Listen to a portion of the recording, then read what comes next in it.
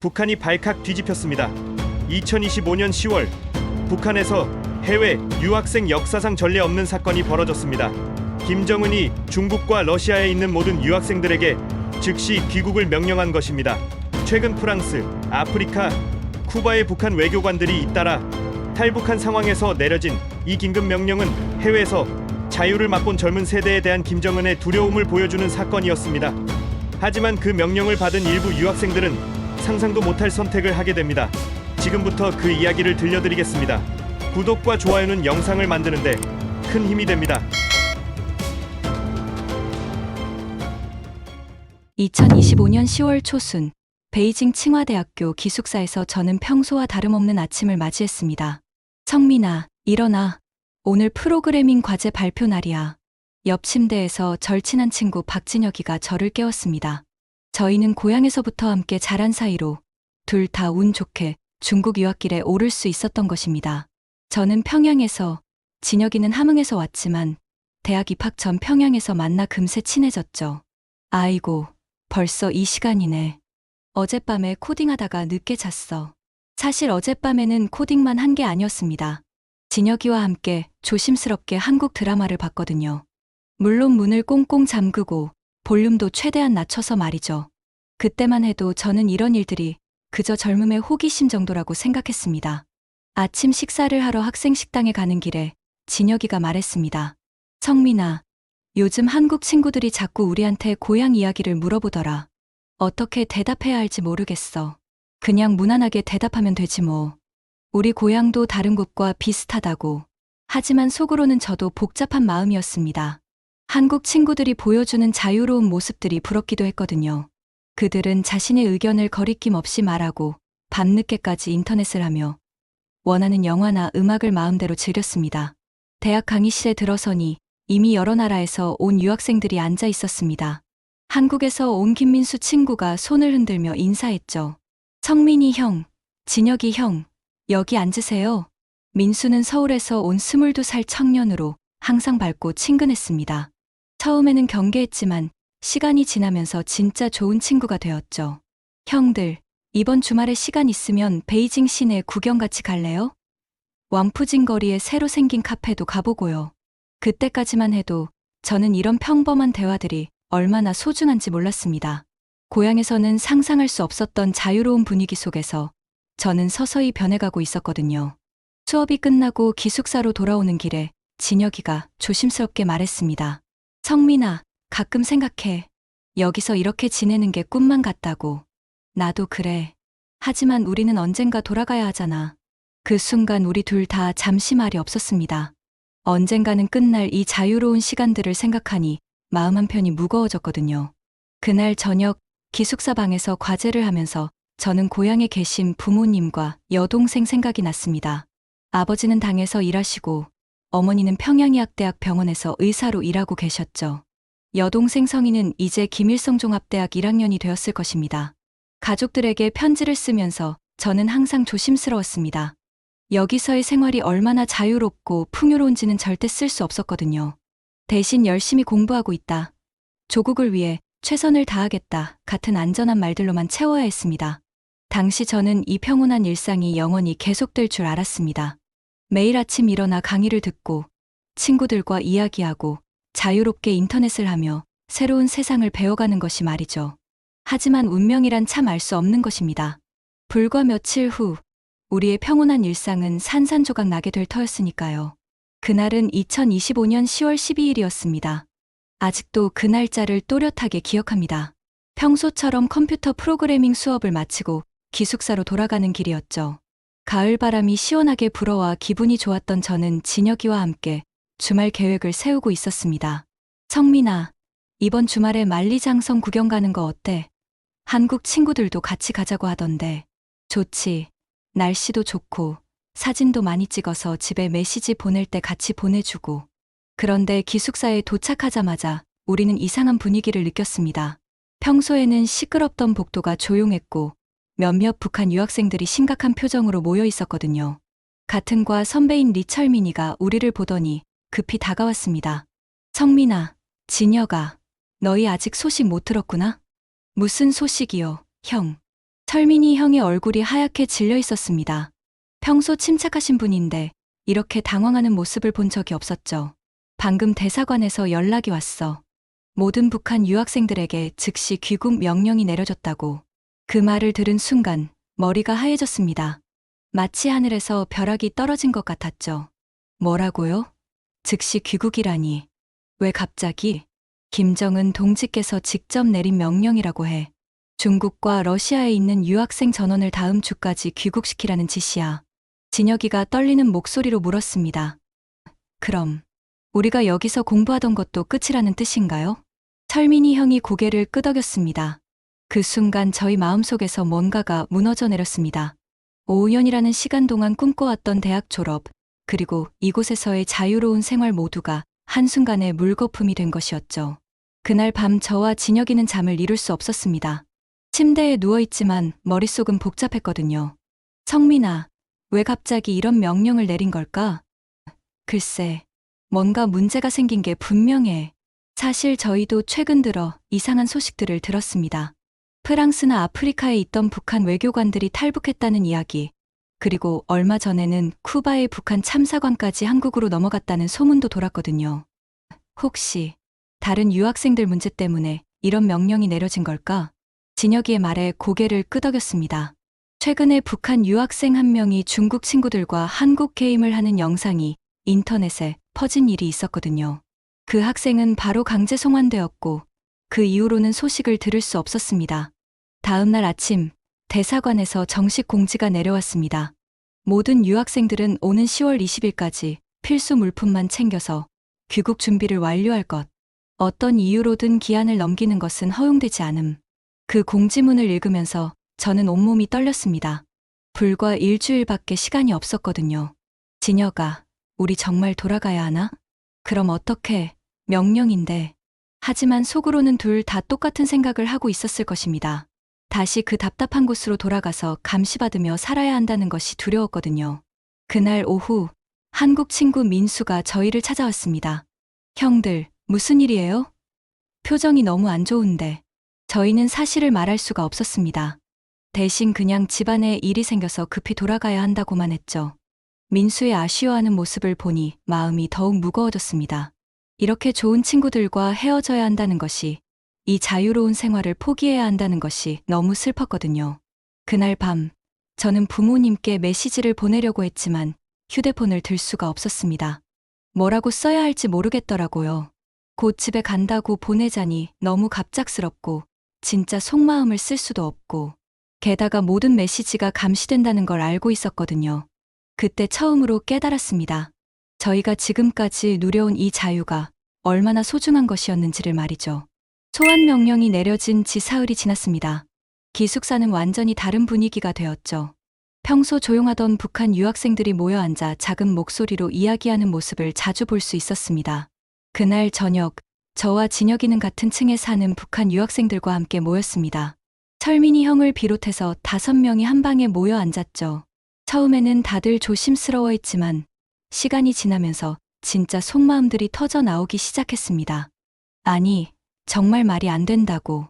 경제학과 3학년인 리동혁이가 먼저 입을 열었습니다. 우리가 뭘 잘못했다고 이렇게 갑자기 다 불러들인다는 거야? 철민이 형이 한숨을 쉬며 말했습니다. 글쎄, 아마 위에서 무서워하는 것 같아. 요즘 탈북하는 사람들이 너무 많으니까. 그때 물리학과 4학년인 김영수가 화가 난 목소리로 말했습니다. 이거 완전히 김정은이 겁먹은 거야. 자기 체제 유지하려고 우리까지 희생시키는 거지. 순간 방 안이 조용해졌습니다. 김정은을 직접적으로 비판한 말이었거든요. 하지만 이상하게도 아무도 말리지 않았습니다. 진혁이가 조심스럽게 물었습니다. 형, 그런 말 해도 괜찮을까요? 괜찮기는 뭐가 괜찮아. 영수가 쓴웃음을 지었습니다. 어차피 돌아가면 사상 교육받고 혹시 모르면 교화소행이야. 이제 와서 뭘 조심해? 동혁이가 끄덕이며 말했습니다. 맞아. 나는 솔직히 말해서 김정은이 정말 한심하다고 생각해. 아버지나 할아버지 때처럼 카리스마도 없고 그냥 뚱뚱하고 개인만 좋아하는 애 같아. 저도 모르게 피식 웃음이 나왔습니다. 지금까지 감히 생각조차 못했던 이야기들이었거든요. 철민이 형이 말했습니다. 진짜 웃긴 게 뭔지 알아? 우리가 여기 와서 5년 동안 공부한 거 다 부모님들이 목숨 걸고 돈 대준 거야. 그런데 이제 와서 갑자기 돌아오라고? 우리 인생을 뭘로 보는 거야? 영수가 고개를 저으며 말했습니다. 인생을 뭘로 보긴. 그냥 김씨 가문 유지하기 위한 도구지. 우리는 사람 취급도 못 받는 거야. 그때 진혁이가 궁금하다는 듯이 물었습니다. 형들은 정말 돌아갈 생각이세요? 잠시 침묵이 흘렀습니다. 다들 같은 생각을 하고 있다는 것을 알 수 있었죠. 동혁이가 먼저 말했습니다. 솔직히 말하면 돌아가기 싫어. 여기서 이렇게 자유롭게 살다가 다시 그 답답한 곳으로 간다고? 상상만 해도 숨이 막혀. 나도 마찬가지야. 영수가 고개를 끄덕였습니다. 특히 사상교육이라는 걸 또 받아야 한다고 생각하니까 정말 미치겠어. 철민이 형이 조심스럽게 주위를 둘러보더니 말했습니다. 사실은 나는 다른 방법을 생각해보고 있어. 다른 방법이요? 그냥 안 돌아가는 거야. 그 순간 방 안의 공기가 완전히 바뀌었습니다. 모두가 그 말의 의미를 알고 있었거든요. 저도 모르게 가슴이 뛰기 시작했습니다. 지금까지 마음속 깊은 곳에 숨겨두었던 생각이 현실적인 선택지로 다가온 것이었죠. 영수가 작은 목소리로 말했습니다.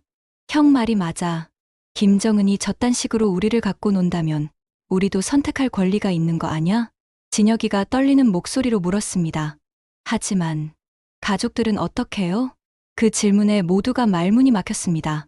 우리 모두에게 가장 큰 고민이었거든요. 철민이 형이 한참 후에 말했습니다. 그것도 생각해봤어. 하지만 우리가 돌아가서 교화소에 끌려간다면 가족들도 피해를 볼 거야. 차라리 그는 말을 끝내지 못했습니다.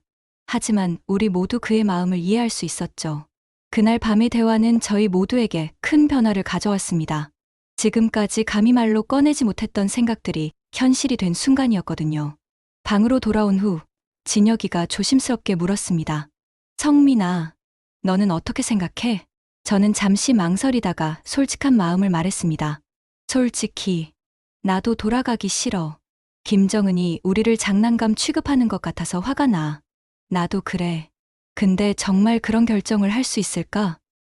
글쎄. 하지만 이대로 돌아가면 우리 인생이 끝나는 거 아냐? 그날 밤 저희는 새벽까지 이야기했습니다.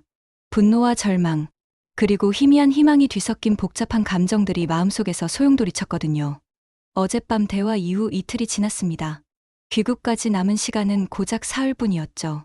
저는 밤잠을 설치며 계속 같은 생각만 했습니다. 정말 이대로 돌아가야 하나? 그날 오후 저는 더 이상 참을 수 없었습니다. 진혁이를 조용한 곳으로 데리고 가서 제 마음을 털어놓기로 했죠. 진혁아, 너한테 할 말이 있어. 아무도 없는 곳에서 이야기하자. 캠퍼스 뒤편 작은 공원에서 저희는 마주 앉았습니다. 진혁이는 제 심각한 표정을 보더니 긴장한 듯 했습니다. 성민아, 무슨 일이야? 표정이. 진혁아, 나는 돌아가지 않을 거야.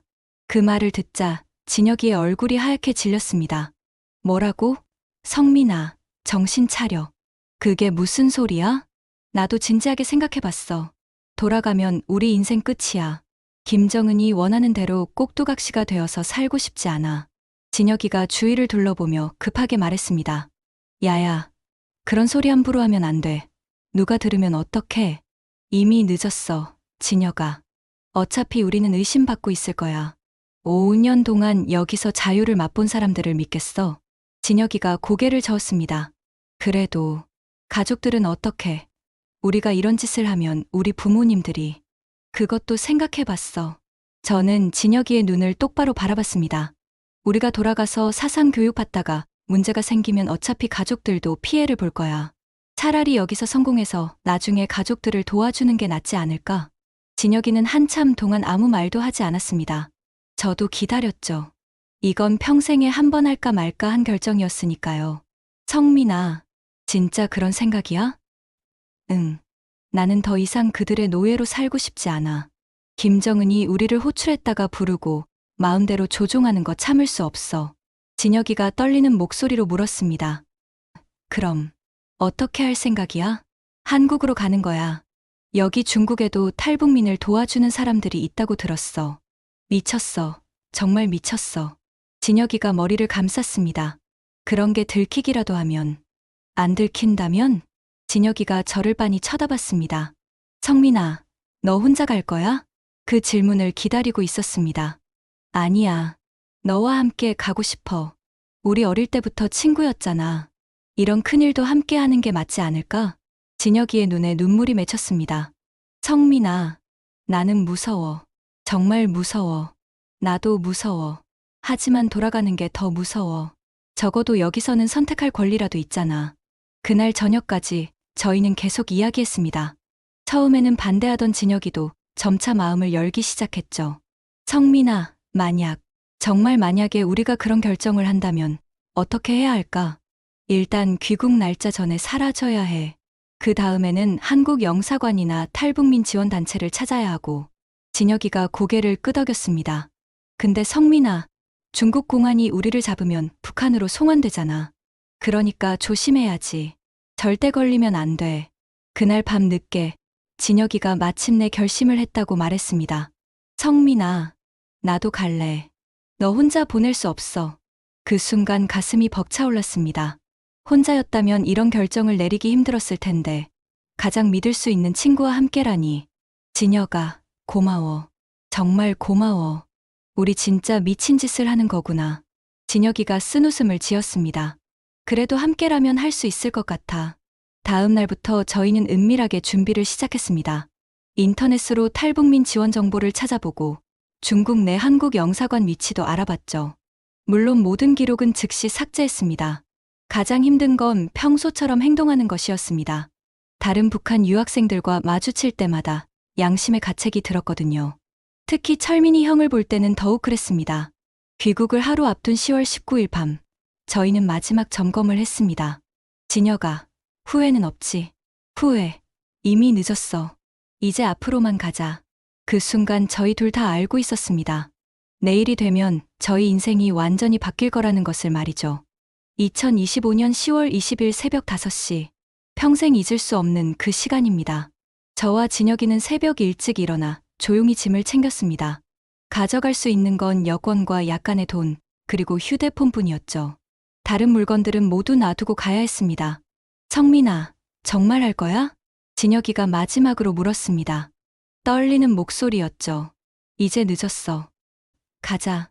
복도로 나가면서 저는 가슴이 터질 것 같았습니다.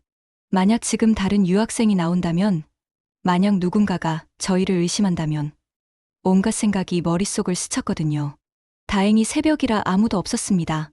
저희는 조용히 기숙사를 빠져나와 미리 불러둔 택시를 탔습니다. 어디 가십니까? 베이징역이요.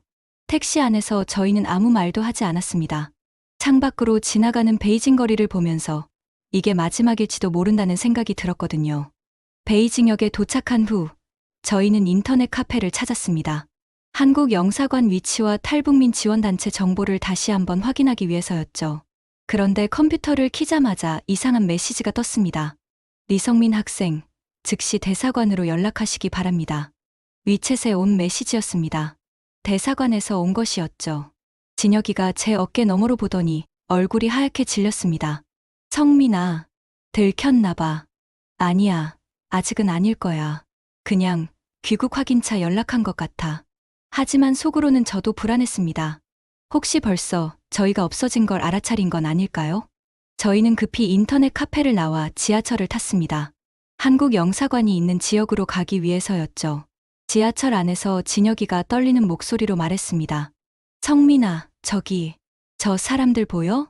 제가 돌아보니 멀리서 두 남자가 저희를 유심히 보고 있었습니다. 한국말을 하는 것 같았는데, 아니, 조선말이었습니다. 큰일 났다. 보이부인 것 같아. 그들이 저희를 발견했는지 이쪽으로 오기 시작했습니다. 저는 진혁이의 손을 잡고 급히 말했습니다. 다음 역에서 내려.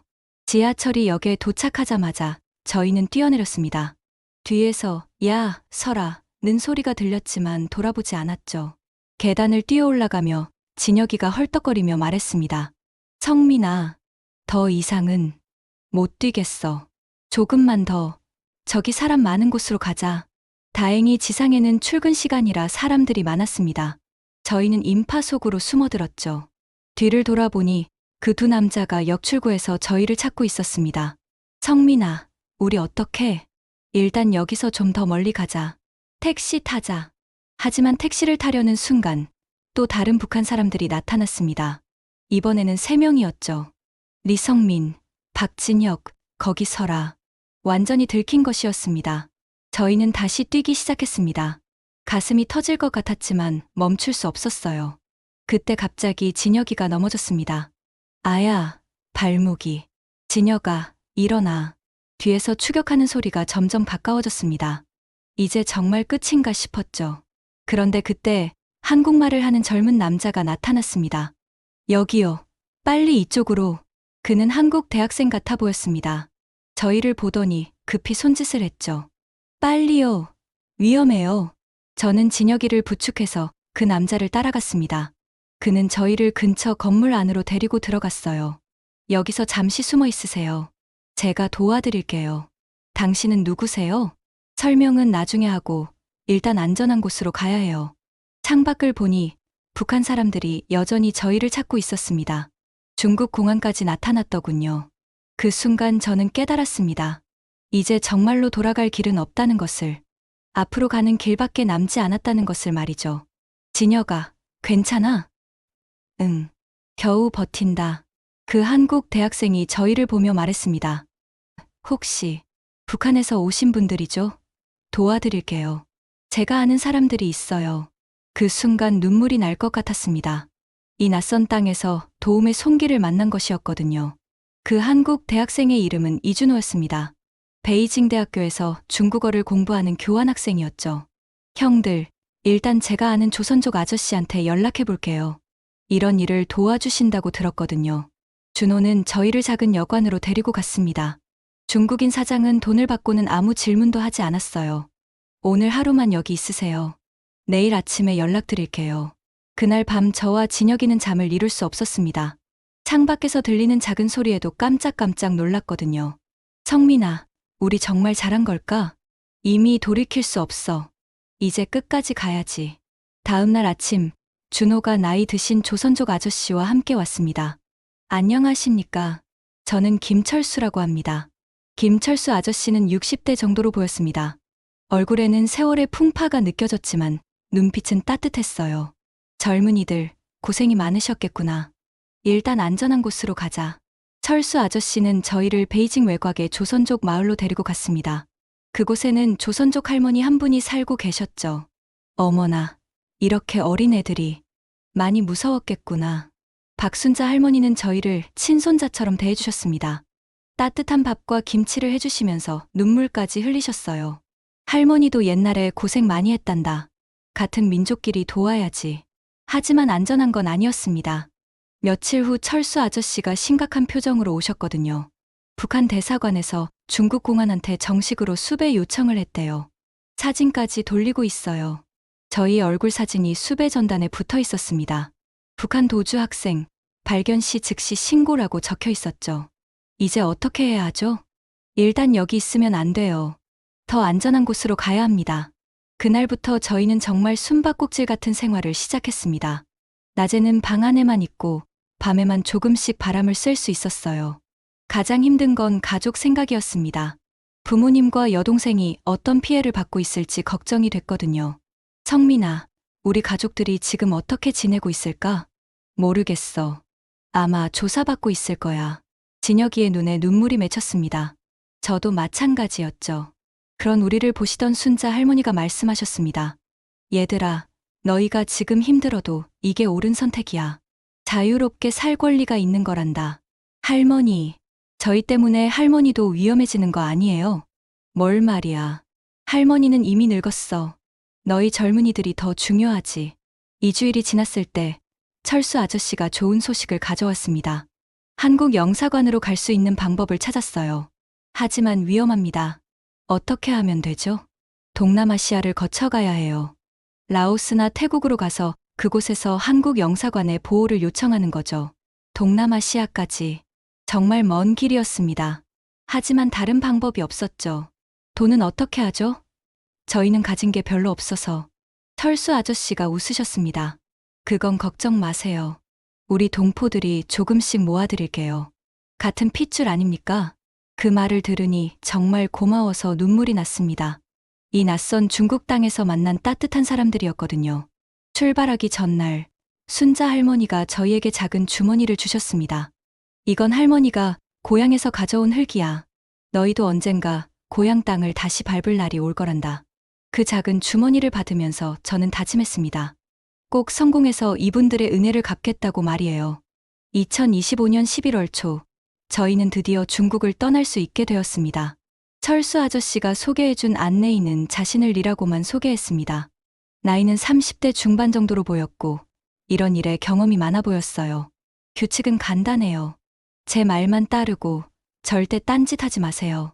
목숨 걸린 일이니까. 저희는 먼저 기차로 중국 남부 지역까지 내려갔습니다. 꼬박 이틀을 기차에서 보냈죠.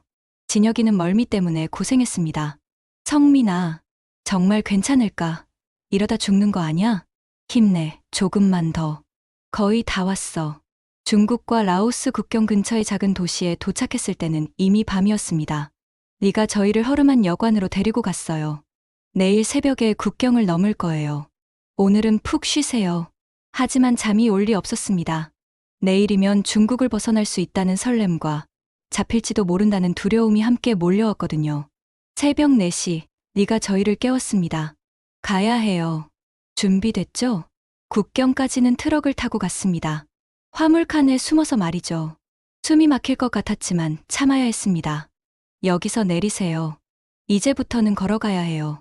새벽 안개 속에서 저희는 산길을 따라 걸었습니다.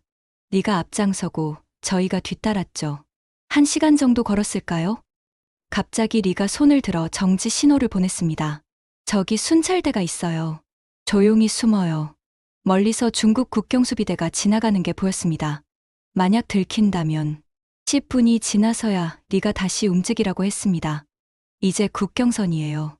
저 강만 건너면 라오스입니다. 작은 강이었지만 물살이 꽤 빨랐습니다. 리가 미리 준비해둔 작은 고무보트에 저희 셋이 탔어요. 조용히 해요. 소리 내면 안 됩니다. 강을 건너는 10분이 마치 10시간 같았습니다. 한국 전쟁 때 할아버지께서 피난 가시던 기분이 이랬을까요? 드디어 라오스 땅에 발을 디뎠을 때 진혁이가 울음을 터뜨렸습니다. 성민아, 정말 해냈어. 정말로. 저도 눈물이 났습니다. 중국에서 벗어났다는 것만으로도 큰 의미였거든요. 라오스에서는 현지 아닌 선교사가 저희를 도와주었습니다. 김 목사님이라는 분이었는데 정말 천사 같으신 분이었어요. 고생 많았겠구나. 이제 한국 영사관에 연락해서 보호를 요청하자. 김 목사님의 도움으로 저희는 라오스 주재 한국 영사관에 갈 수 있었습니다. 그곳에서 정식으로 탈북자 보호를 신청했죠. 영사관 직원이 저희를 따뜻하게 맞아주었습니다. 정말 고생 많으셨습니다. 이제 안전합니다. 그 말을 들으니 정말로 살아난 기분이었어요. 이제 더 이상 숨어 다니지 않아도 되는 거였죠. 영사관에서 이틀을 머물면서 각종 서류를 작성했습니다. 그리고 드디어 내일 한국으로 가는 비행기에 타시면 됩니다. 그날 밤, 저와 진혁이는 라오스의 밤하늘을 바라봤습니다. 고향의 별들과 똑같이 반짝이고 있었어요. 성민아, 내일이면 한국이야. 응, 새로운 시작이지. 가족들은 언제 만날 수 있을까? 언젠가는. 통일이 되면 만날 수 있을 거야.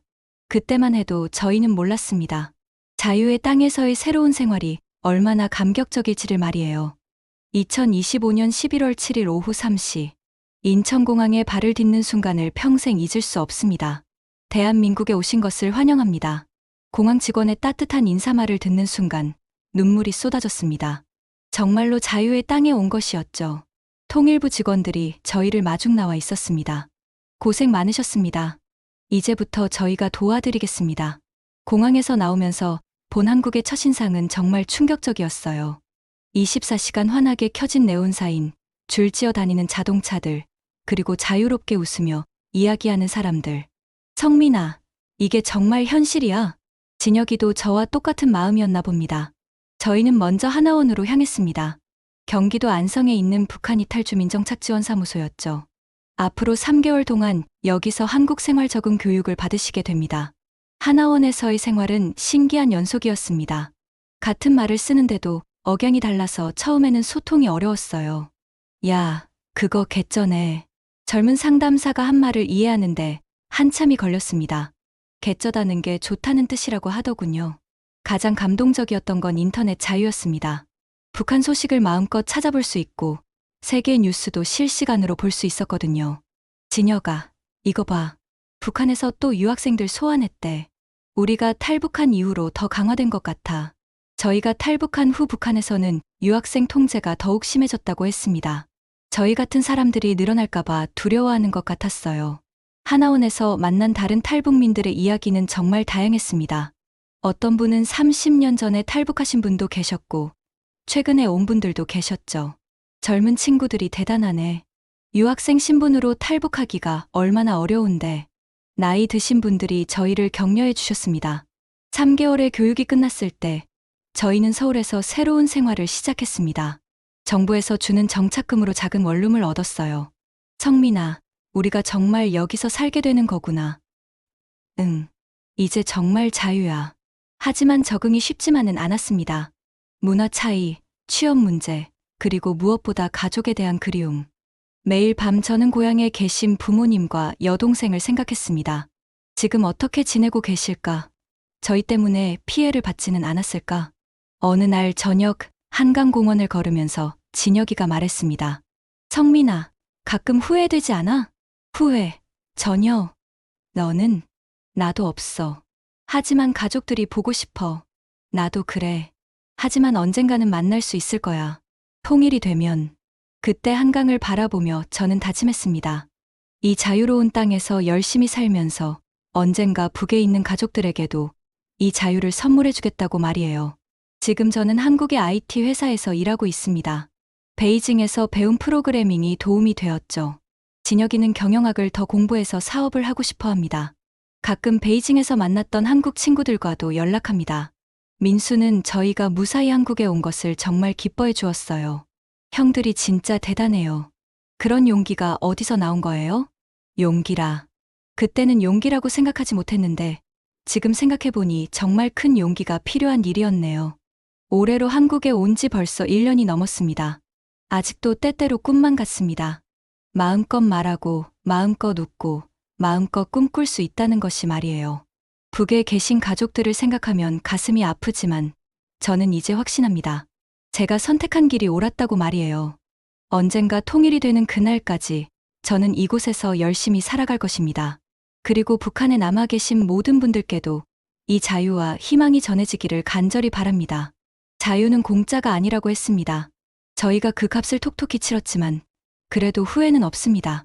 오히려 감사할 따름이에요. 여러분, 오늘 성민이와 진혁이의 이야기는 어떠셨습니까? 새해 첫날, 이 땅에는 아직도 자유를 꿈꾸며 힘겹게 살아가는 많은 이웃들이 있습니다. 그들의 용기와 희망이 이번 새해에는 더 많은 이들에게 진정한 자유를 가져다 줄 것이라 믿습니다. 분단된 조국의 현실이 아프지만 2026년 새해에는 더 큰 희망을 품고 살아가는 사람들의 이야기를 계속 전해드리겠습니다.